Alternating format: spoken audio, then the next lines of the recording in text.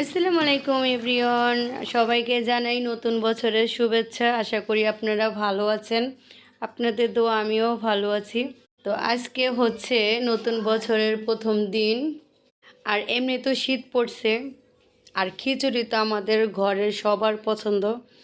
তাই আজকে আমার মেয়ে কিছুদিন ধরেই, খাদিজা আর কি, এই খিচুড়িটা খেতে চাইতেছে। তো আজকে রান্না করলাম ভুনা খিচুড়ি, মুসুরির ডাল, মুগের ডাল, ফুলকপি, সিম, মুরগির গোশ, এভাবে খিচুড়ি রান্না করলে কিন্তু খুব ভালো লাগে। আর তার মধ্যে হলো শীত, তাহলে তার কোনো কথাই নাই।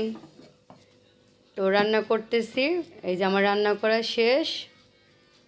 আর আমার ইসমাইল তো রাগ করে আছে, খিচুড়ি খাবে না। খিচুড়ি খাবে না, খাইবো না, রাগ করছে। খাদিজা, খাদিজা, ইসমাইল তো ডাক দিলাম, খিচুড়ি খাবে না, তুমি কি খাবা? কী দিয়ে রান্না করছি বলো তো আজকে খিচুড়িটা?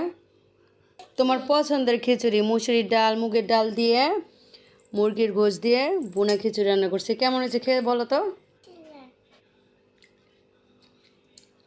শীতের মধ্যে বুঝছো, রাত্রেবেলা এই গরম গরম খিচুড়ি কিন্তু রান্না করা খেলে খুব মজা লাগে, তাই না আম্মু?